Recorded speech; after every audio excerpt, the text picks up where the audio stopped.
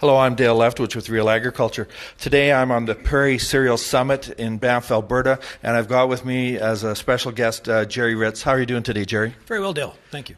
Gerry, you're the former Agriculture Minister for Canada, and you were invited here to speak about trade. And so you spoke a little bit about trade, and you brought in a whole bunch of different kinds of things. The first kind of thing that you brought in is this whole idea of how agriculture and trade, agriculture trade is affected by geopolitics. Well, absolutely. I mean, everything is political at the end of the day.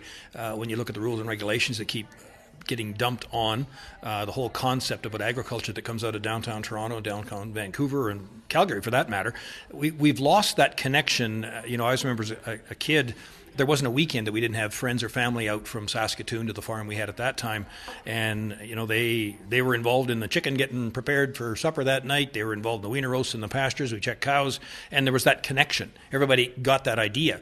And in the last number of years, as I spoke in classrooms and even chambers of commerce, there's a huge disconnect between what agriculture really does and is about. Third largest driver of the economy in the country.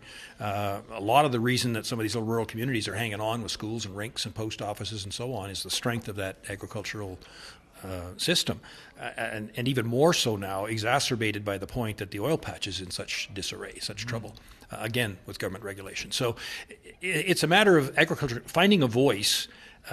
There are scientific studies for the way we do agriculture and why we do it a certain way that we're going to have to go and educate the educators, convince the consumers that that the GMO is not a bad thing. The very same people that are concerned about climate change, rightly or wrongly, are the same ones that are decrying GMO, and yet that is a lighter carbon footprint on the land. So there's a lot of disconnects that we need to address as farmers. Yeah, that's you covered that off today too. This is a common sort of theme, but most people don't know what to do about it. The fact that people are making decisions about agriculture and they don't really know much about it. What kind of things, you mentioned a couple of things that could be done about that. Well, it's to get the right information out. We're seeing grocery chains, we're seeing restaurants advertising certain things that aren't based on how we do agriculture, that are actually counterproductive. And those errors of omission or commission need to be checked, and farmers have the ability to do that. Everybody, when you look at the rank of who you trust in society, farmers are right up there. Politicians and lawyers and so on, we're sort of down at the bottom of the barrel. But farmers producing the food you eat are well liked, revered. People don't have any idea of the technology and the innovation, the skills that are required to run a farm now. The average sizes are grown exponentially.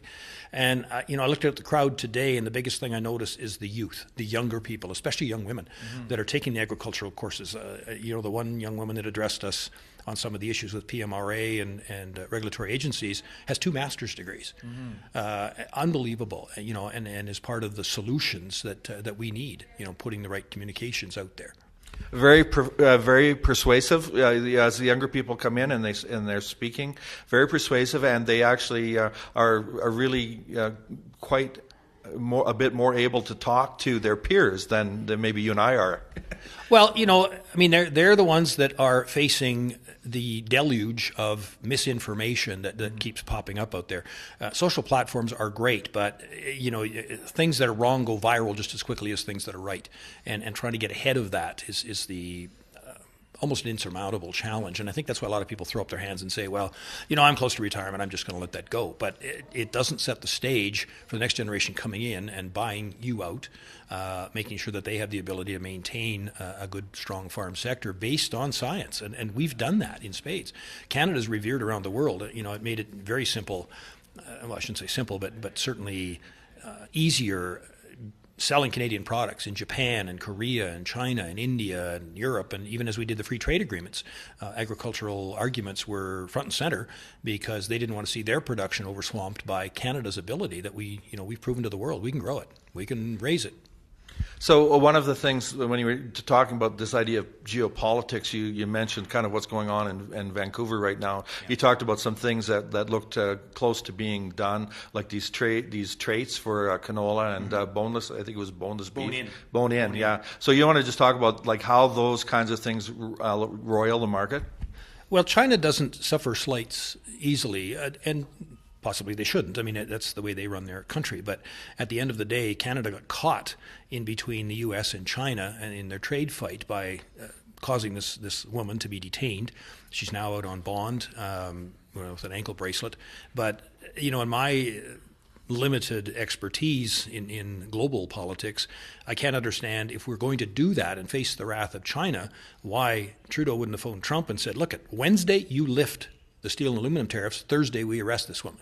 Like, get something for it. I mean, we're going to face all kinds of plague and pestilence here from the Chinese and probably from the Americans as well, because we're not going to be able to measure up to what they expect too.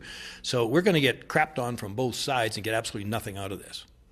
So as you were working in trade yourself over the years, the agriculture trade really wasn't brought in, I don't think, into the kind of missions that were going around the world. Yeah, until you were kind of a part of that. Well, Jean Chrétien did a few big missions to China. There was a little bit of agriculture involved in that, but it was really, Stephen Harper and then our trade ministers and myself that really opened it up. I mean, we saw Canada's trade in agriculture go from I'm going to use round numbers here, 22 billion to just under 70 billion over a period of 6 years. Mm-hmm. And we did it. We have the ability to do more, and we will.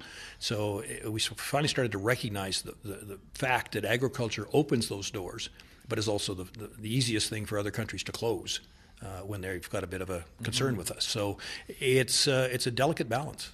We face that with pork into Russia, and you get to know the minister of the day on a first-name basis. You can phone him up and say, hey, Alexei, we got a problem here. I need this looked at. And within 2 days, he's phoning me back and saying, it's taken care of. Don't worry about it. So you need to build those rapport, and I just don't see that happening now. We've got problems with durum in Italy. We've got problems with pulses in India. We've got problems now with beef and canola in China.